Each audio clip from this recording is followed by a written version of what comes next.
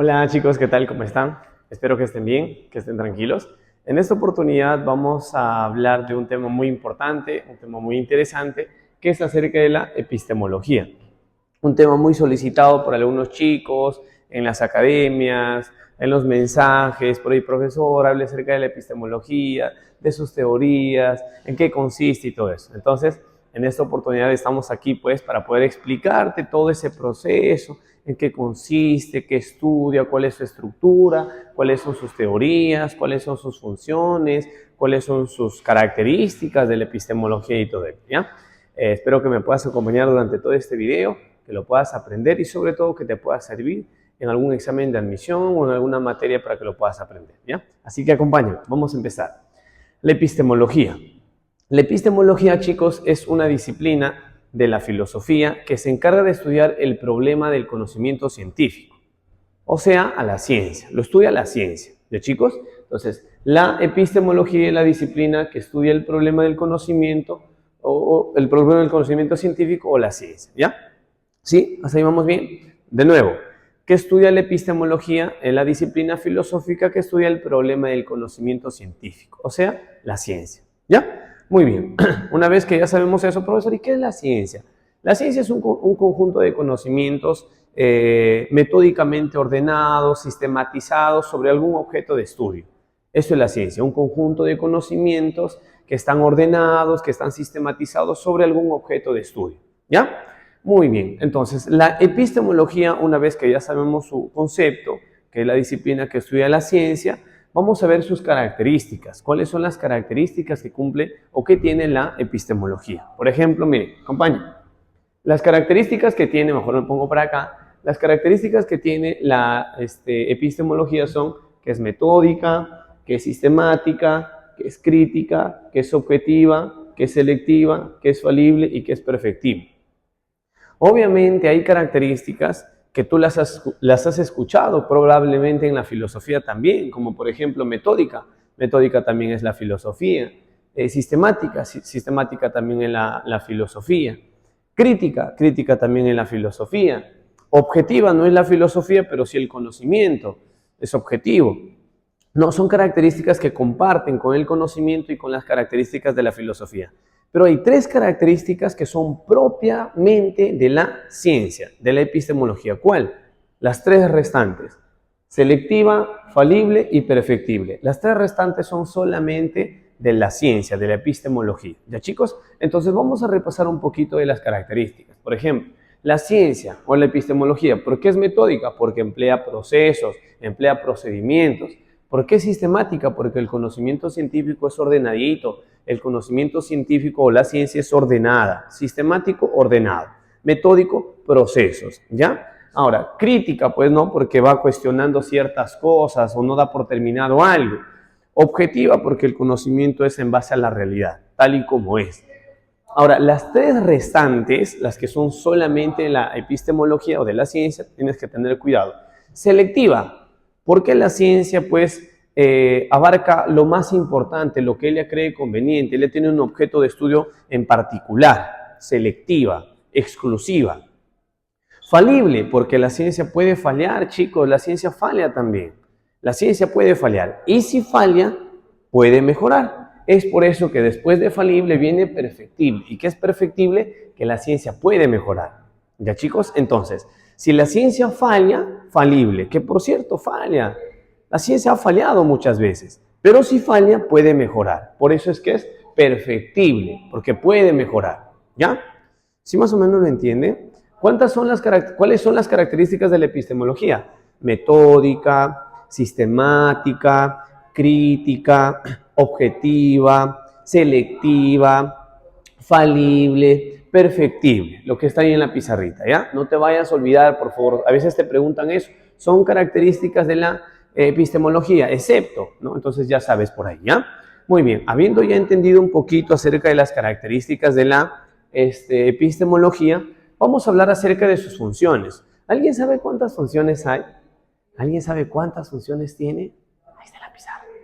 Ahí está en la pizarra. Cuatro. Tiene 4 funciones o 4 fines, no que en lo que en psicología serían fines. 4 funciones. ¿Cuáles son sus funciones?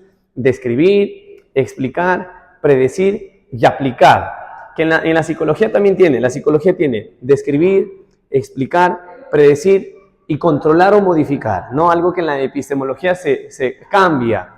Describir, explicar, predecir y aplicar. Son 4 funciones de las cuales se encarga la epistemología. Yo te lo voy a explicar, porque probablemente no puedas diferenciar cuándo es describir o cuándo es explicar, o pienses que describir con explicar es lo mismo, y no es lo mismo. Entonces tú tienes que tratar de diferenciar por ahí cuáles son las diferencias que le competen solamente a describir y cuáles son las características que le competen a explicar. Que las dos son las más bravas, porque predecir y aplicar creo que es un poco más factible. Pero donde tú te puedes equivocar es en describir y explicar. Mira, describir, ¿cuándo la ciencia describe?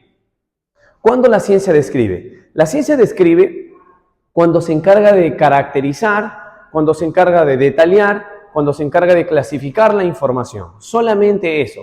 Si a mí me dicen, o cuando yo leo un argumento y en el argumento me están detallando, me están caracterizando, o me están clasificando una información, ahí lo único que están haciendo es describir. ¿Sí? Y explicar es cuando la ciencia se encarga de buscar cuáles son las causas, cuáles son las razones del problema o del fenómeno que estoy estudiando o del objeto de estudio. ¿Sí? Cuando yo detallo, cuando yo caracterizo, cuando yo clasifico la información, describir.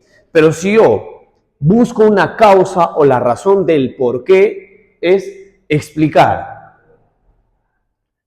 ¿Más o menos lo entienden, chicos? A ver, te voy a poner un ejemplo. Y tú me vas a decir qué es. Por ejemplo, ¿ya? Si yo les digo, chicos, mi familia es una familia muy cariñosa, nos llevamos muy bien entre hermanos, con mis padres conversamos todos los días, tenemos una comunicación muy asertiva, somos muy empáticos. Lo que yo estoy manifestando hacia ti es una explicación o es una descripción. ¿Qué estoy haciendo yo? ¿Estoy describiendo o estoy explicando? A ver, dale, a ver. Te espero. Tú puedes. ¿Qué sería? ¿Qué estoy haciendo? ¿Estoy describiendo o estoy explicando? Si yo te digo, mi familia es empática, nos llevamos muy bien, es muy hogareña, conversamos con mis padres día a día, tenemos una conversación fluida, ¿qué estoy haciendo? Lo que yo estoy haciendo es describiendo porque estoy caracterizando nada más. Estoy detallando mi familia. Entonces, el argumento que yo te acabo de dar es describir, estoy describiendo. ¿Sí? Ahora, si yo, por ejemplo, te digo, ayer me dolía mi cabeza porque me ha dado la fiebre, porque me ha dado la gripe, lo que yo te estoy manifestando es una explicación, porque te estoy dando la causa o la razón del por qué estaba así. ¿No me entiendes? Ay, mira, si yo te digo, una mujer tiene amnesia por una lesión cerebral, ¿qué sería eso? Una mujer tiene amnesia por una lesión cerebral. ¿Qué sería eso? ¿Te estaría describiendo o te estaría explicando? ¿Qué estoy haciendo ahí? Una mujer tiene amnesia por una lesión cerebral. ¿Qué sería eso? ¿Describir o explicar? Habla. Lo que yo estoy haciendo ahí es explicar porque te estoy dando la causa o la razón. Una mujer tiene amnesia, ¿por qué? Por una lesión cerebral. Te estoy dando la causa del por qué. Ahora, si yo te digo, la amnesia consiste en la pérdida de la memoria, que puede ser total o parcial, hay diferentes tipos de amnesia, ahí te estoy describiendo, porque te estoy caracterizando, porque te estoy clasificando la información. Si yo caracterizo, si yo detallo la información, describo, pero si yo busco la causa o la razón, explico.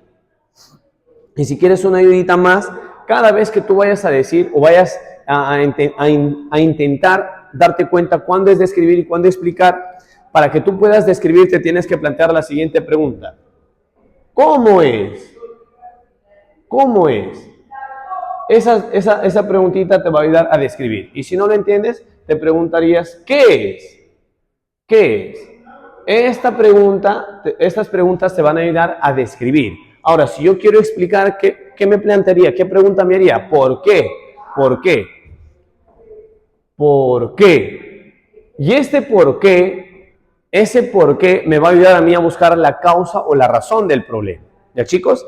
Profesor, ¿y qué es predecir? Predecir es cuando la ciencia se proyecta, es cuando la ciencia anticipa, es cuando la ciencia anticipa, se proyecta, es cuando la ciencia, supongamos, trata de anticipar ante una problemática que va a suceder, ¿no? Va a suceder algo y la ciencia ya se proyecta. ¡Ey, ey! Cuidado, porque puede pasar esto, puede pasar lo otro.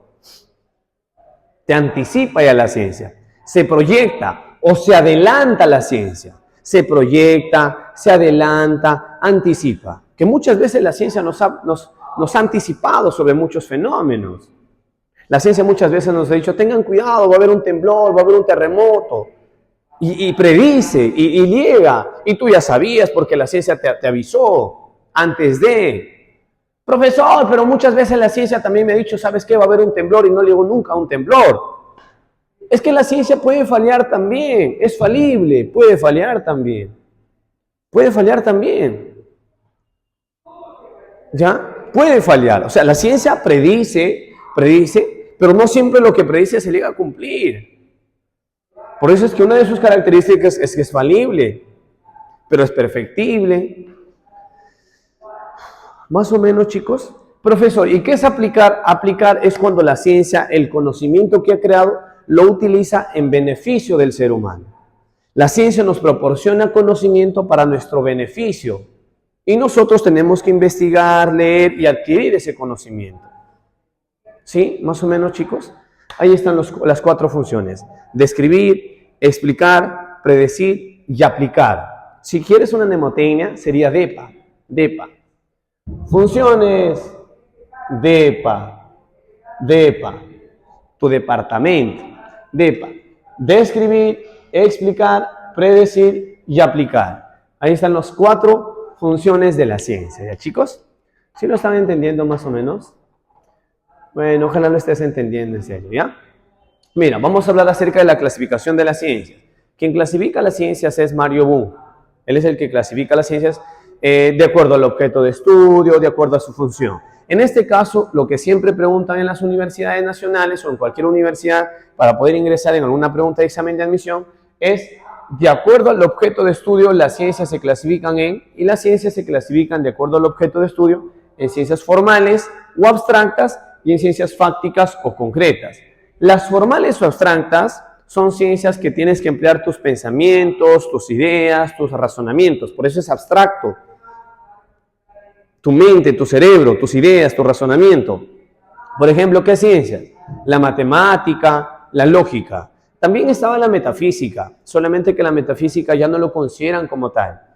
No lo consideran como tal, ¿sí? Es por eso. También te puede decir otro autor, ¿no? De acuerdo a la bibliografía, que ahí está la metafísica y también puede ser válido. Pero ya no mucho se le considera como una ciencia formal o abstracta, porque a la metafísica en filosofía se le considera como una disciplina y no como una ciencia. Hay que tener cuidado ahí, ¿ah? Entonces, formales o abstractas. ¿Qué tienen en común la matemática con la lógica? Que se emplea el razonamiento, se emplean las ideas, los pensamientos. Y las fácticas o concretas se dividen en 2. Son fácticas o concretas porque son comprobables. Son comprobables, ¿ya? Por ejemplo, acá tenemos las naturales y las sociales. Las naturales tenemos a la física, a la química, a la biología. Y dentro de las sociales tenemos a más ciencias, pues no, ahí solamente hemos colocado 3. La psicología, la economía, la historia, la sociología, tantas ciencias que existen que son sociales. Solamente hemos puesto como ejemplo las 3. ¿Ya, chicos? ¿Sí lo entienden más o menos? Ahora mira por acá, ven. Las ciencias formales o abstractas, quiero que entiendas, las ciencias formales o abstractas se demuestran. Las ciencias formales o abstractas se demuestran. Yo sé un ejercicio de lógica, te lo tengo que demostrar cómo lo sé o en qué consiste. Yo lo tengo que demostrar. Sé un ejercicio de números, sé un ejercicio de matemática, lo tengo que demostrar. ¿Cómo he llegado a la conclusión? ¿Cómo sale la conclusión? Se demuestran. Las ciencias formales o abstractas se demuestran. Y las ciencias fácticas o concretas se contrastan, se comprueban. ¿No me entiendes? Las ciencias fácticas o concretas se comprueban, se contrastan, y las ciencias formales o abstractas se demuestran. ¿Ya? Más o menos, chicos. Ahora, acá están las fácticas, recuerda, naturales y sociales. Las naturales tenemos la física, la química, la biología, y las sociales, pues la psicología, la economía y la historia. ¿Ya? Entonces, hasta aquí ya vimos características, ya vimos fines o funciones, perdón, y ya vimos la clasificación de las ciencias de manera tradicional. Pero también tenemos acá al método científico, que el método científico es un aporte dado pues por el autor Francis Bacon, uno de los representantes del empirismo, ¿no? El iniciador del empirismo, porque el máximo representante es John Locke. Entonces Francis Bacon crea el método científico, ¿no? Por ejemplo, tiene una obra llamada El Novum Organum, ¿no? En esa obra, bueno, parte de esa obra, sus aportes que él ha dado es el método científico, que comúnmente la mayoría de ustedes lo conocen, pues, ¿no? ¿Cuál es el método científico? Observación, problema, hipótesis, experimentación y conclusión. Profesor, se le está olvidando algo ahí. Le voy a decir a mi mamá. Acá en la conclusión hay dos, pues, chicos. La conclusión se divide en dos. La conclusión se divide en teoría y se divide en la ley. En la teoría y en la ley. Ahora, ahí está, ¿ya? Entonces, el método científico. ¿Cuáles son los pasos del método científico? Observación, problema, hipótesis, experimentación y la conclusión. Y la conclusión se divide en dos, en teoría y en ley. ¿Ya, chicos? Ahora, ¿cuál es la pregunta más clásica en el método científico? Es la posible respuesta al problema. Es la posible respuesta al problema. Es la posible respuesta al problema. Y la posible respuesta al problema es la hipótesis, pues, chicos. O sea, la respuesta correcta ahí sería hipótesis, ¿ya? ¿Sí lo entienden más o menos, chicos? Muy bien, espero que lo estés entendiendo en serio. Y vamos a pasar a las teorías epistemológicas. Ya casi quiero que te concentres mucho. Lo quería hacer en partes, pero como me estoy grabando solito, no hay quien me apoye, ¿ya? Pero bueno, igual, no me importa. Vamos a ver. Te voy a explicar las teorías. No sé si se logra ver, la verdad, chicos. A ver, si me pongo acá. Uy, ahí. Ahí estaba acá, ya. A ver, otra vez. Uy, ¿por qué salió una luz ahí? A ver. Ay, el Espíritu Santo. ¡Ey! Hola. Ay, ¿por qué se hace así? A ver, está ahí. Ya, listo. A ver, hola, ya. Ojalá se vea, chicos, ya. Vamos a hablar de las teorías epistemológicas. Las teorías epistemológicas hablan sobre cómo se hace ciencia. Cada teoría va a hablar de qué manera se elabora la ciencia, a qué se debe dedicar la ciencia y todo eso. ¿Ya, chicos? Entonces, miren, tenemos 4. Tenemos al neopositivismo, tenemos al racionalismo crítico, tenemos al relativismo epistemológico y tenemos al anarquismo epistemológico. 4 teorías, ¿no? El neopositivismo, racionalismo crítico, relativismo epistemológico y el anarquismo epistemológico. Cada teoría va a hablar acerca de la ciencia, de qué manera se elabora la ciencia, qué se tiene que hacer para tener ciencia y todo eso, ¿ya? Entonces, empezamos con la primera teoría. ¿Cómo se le llama? Neopositivismo o empirismo lógico. ¿Qué me dice esta teoría? Me dice lo siguiente. ¿Hay vuelta el Espíritu Santo? A ver. Uy. Ahí. ¿Qué me dice el neopositivismo? Me dice, bueno, esta teoría plantea que para hacer ciencia se hace ciencia de lo verificable, de lo observable. Para que tú puedas hacer ciencia, dice el neopositivismo, tienes que hacer ciencia de lo observable, de lo que se pueda verificar, de lo que nosotros podamos verificarlo, podamos observarlo. O sea, en otras palabras, ellos niegan el estudio de lo metafísico. Si la ciencia se tiene que enfocar en el estudio de lo observable, de lo verificable, no podemos estudiar lo metafísico, por eso es que ellos lo niegan. Niegan el estudio de lo metafísico. Y uno de los representantes, porque hay varios representantes, tenemos a Morris, que también puedes decir, ¿no? En el filósofo Ludwig Wittgenstein, que también está parte de ese proceso también. O Reichenbach también, ¿no? Parte del neopositivismo, ¿ya? Eso dice el neopositivismo. Se hace ciencia de lo verificable, de lo comprobable, ¿ya? Y el racionalismo crítico dice lo siguiente: para hacer ciencia se hace ciencia de lo falsable. Dio el principio de la falsación. Dio el principio de la falsación. Que para hacer ciencia tenemos que fallar, vamos a fallar. Si nosotros fallamos en algo, de eso tenemos que hacer ciencia porque vamos a mejorar, porque para la otra lo vamos a hacer bien. Se hace ciencia de lo falsable, de lo falible. Por eso es que la ciencia es falible y es perfectible también. Se hace ciencia de lo falsable, de la equivocación. Tú te vas a equivocar en algo y de eso a ciencia, porque lo vas a hacer mejor para la siguiente. Hace ciencia de lo falsable, dio el principio de la falsación, ¿sí? Y su representante es Karl Popper, ¿no? Que tiene una obra, por ejemplo, La lógica de la investigación científica, una obra muy importante. ¿Ya, chicos? Entonces, recuerda, racionalismo crítico, ¿qué dice? Se hace ciencia de la falsación, se hace ciencia de lo falsable, de lo falible y todo ello. Y el representante de esta teoría del racionalismo crítico, Karl Popper, una de sus obras más importantes, La lógica de la investigación científica. Acá, del neopositivismo y empirismo lógico, plantea que se hace ciencia de lo verificable, de lo observable, niegan lo metafísico. ¿Quién es uno de los representantes? Morris, ¿ya? Y por otra parte, tenemos acá al relativismo epistemológico. ¿Qué dice? Plantea que para hacer ciencia se hace ciencia de los paradigmas, de los paradigmas. Profesor, ¿y qué es un paradigma? Un paradigma es un modelo, un prototipo, un ejemplo. Tú tienes que tener un ejemplo para poder hacer ciencia de algo. Tienes que tener un modelo, tienes que tener un ejemplo. Pero ten cuidado, porque ya han preguntado, para Thomas Kuhn, para él, ¿qué es un paradigma? Y para él, un paradigma es el esquema mental. Es un esquema mental en el ser humano. Ya, para él, el paradigma es un esquema mental. Es como quien decir, una ideología que está impregnada en tu cerebro, que es difícil de modificarlo. Tú tienes tu ideología impregnada ahí y que yo por más que te quiera hacer cambiar de ideología o cambiar de forma de pensar, no puedo, porque es una ideología cerrada en ti. Un esquema bien focalizado en tu cerebro. Esquema mental.